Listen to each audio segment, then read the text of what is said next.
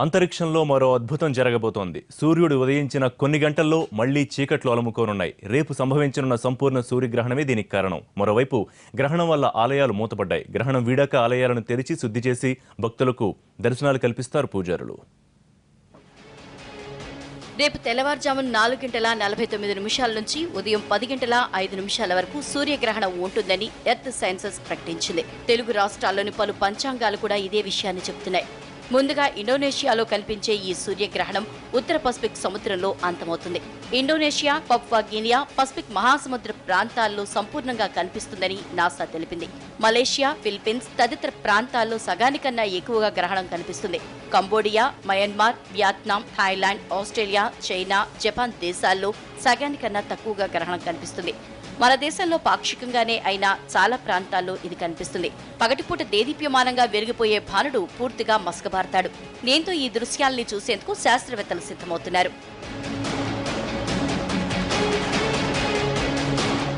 గ్రహణం కారణంగా దేశవ్యాప్తంగా ఆలయాల్ని మూసేస్తున్నారు. తెలుగు రాష్ట్రాల్లోని తిరుమల, ఇంద్రకీలాద్రి, యాదాద్రి, భద్రాద్రి క్షేత్రాలతో పాటు దేశంలోనే ప్రముఖ ఆలయాలన్నింటినీ మూసేస్తున్నారు. స్వామి అమ్మవార్లకు నిర్వహించే పలు సేవలను ఇప్పటికే రద్దు చేశారు. సంప్రోక్ష తర్వాత భక్తులకు దర్శన భాగ్యం కల్పిస్తారు.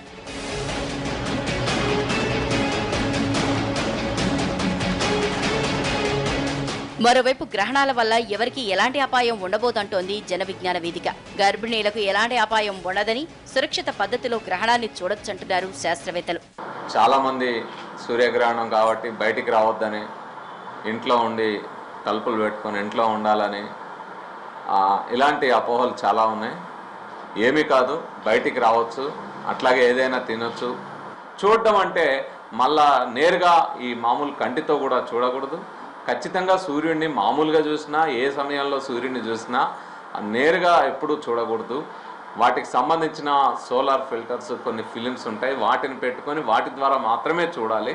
అప్పుడు కన్ను సేఫ్గా ఉంటుంది. లేకపోతే సూర్యకిరణాలు ఎప్పుడు చూసినా మన కంటిలోని రెటీనాని దెబ్బతీసే ప్రమాదం ఉంది కాబట్టి నేరుగా చూడకూడదు.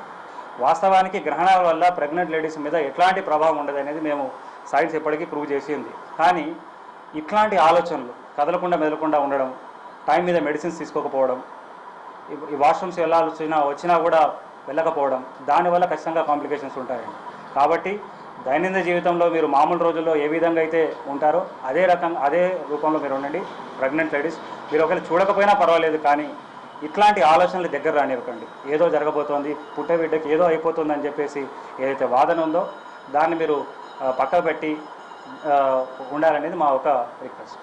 స్థానిక కాలమానం ప్రకారం ఒక్కో ప్రాంతంలో ఒక్కో సమయంలో సూర్యగ్రహణం ఏర్పడుతుంది. హైదరాబాద్ లో ఉదయం 6:29 గ్రహణం ఏర్పడి 6:47 వీడుతుంది. నల్గొండ జిల్లాలో ఉదయం 6:26 నుంచి 6:47 వరకు, అంటే 21 నిమిషాల పాటు గ్రహణం కనిపిస్తుంది. వారణాసిలో ఉదయం 6:13 నుంచి 6:47 వరకు సూర్యగ్రహణం ఉంటుంది.